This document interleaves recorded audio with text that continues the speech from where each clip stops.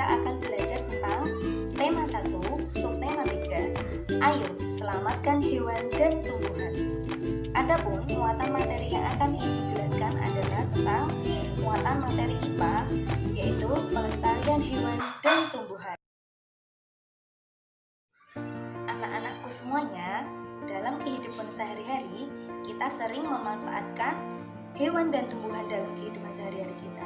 Contohnya, seperti ayam, kita manfaatkan dagingnya, telurnya untuk kita konsumsi. Kemudian apalagi? Bulunya juga dapat kita jadikan sebagai bahan untuk pembuatan kemoceng. Selain ayam, hewan lainnya lagi yang dapat kita manfaatkan contohnya adalah sapi, kambing. Kita manfaatkan dagingnya untuk kita konsumsi.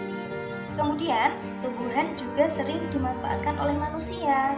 Dalam kehidupan sehari-harinya banyak sekali contohnya, seperti bayam, wortel, kacang panjang.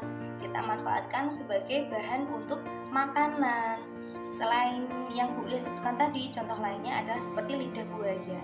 Lidah buaya dimanfaatkan manusia untuk pembuatan sampo, alat kosmetik, dan lain sebagainya.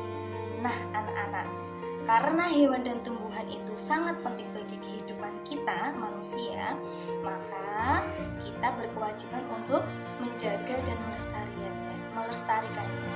Tapi sekarang anak-anak kita lihat, sekarang ini hewan dan tumbuhan tersebut sudah mengalami kelangkaan, bahkan hampir punah.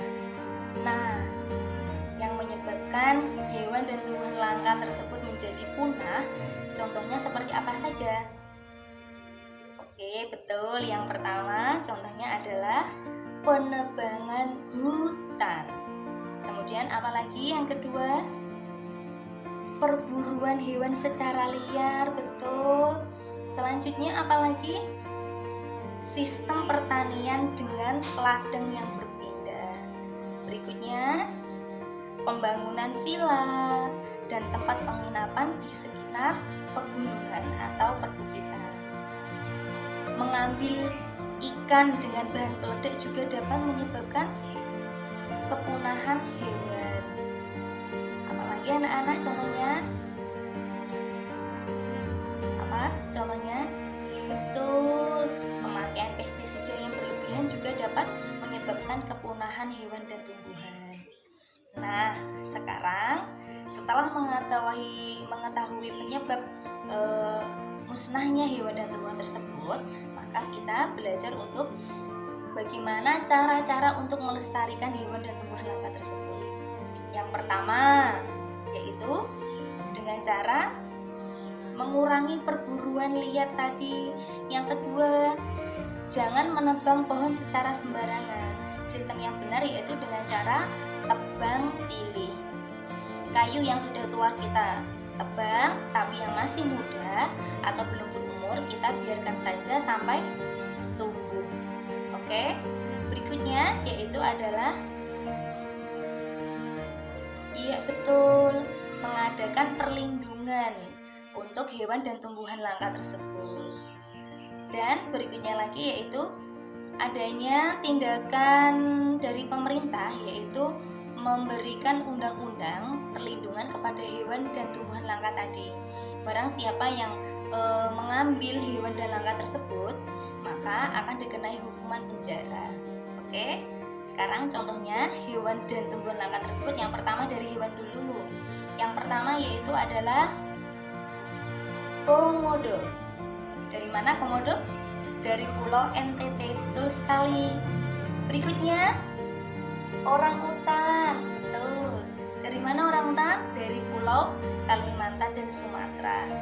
Gajah dari Sumatera juga. Harimau dari Sumatera, betul. Berikutnya lagi ada burung jalak Bali, tentunya berasal dari Pulau Bali.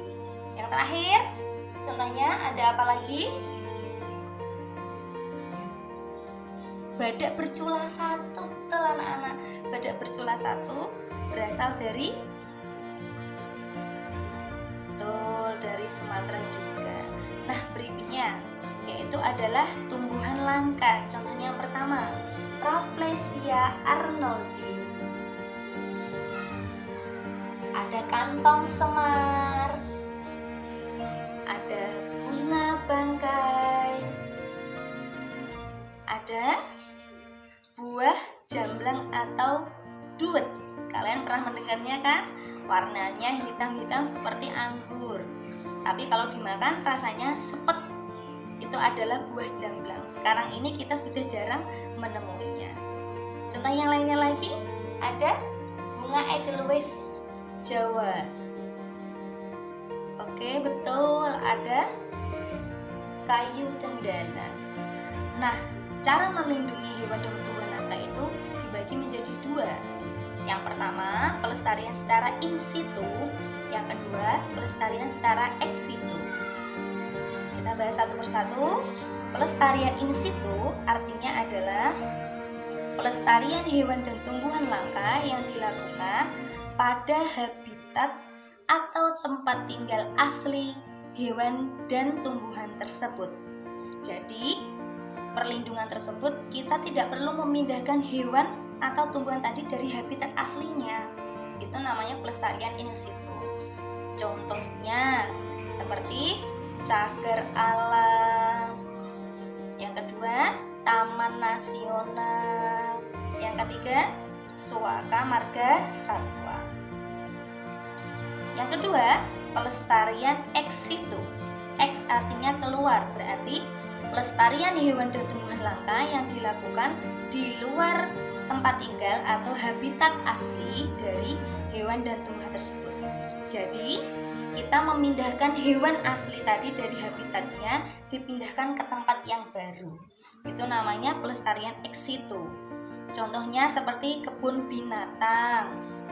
Kemudian ada kebun raya. Yang ketiga ada mana? Taman safari. Itu juga termasuk pelestarian ex situ. Oke, sampai di sini pertemuan kita. Anak-anak selalu semangat belajar di rumah dan jangan lupa menjaga kesehatan. Nah, tugas kalian di rumah yaitu adalah sebutkan contoh nama-nama pelestarian in situ yang ada di Indonesia. Dan yang kedua, contoh pelestarian ex situ yang ada di Indonesia. Oke? Selamat belajar di rumah dan selalu semangat belajar. Cukup sekian pembelajaran pada hari ini. Wassalamualaikum.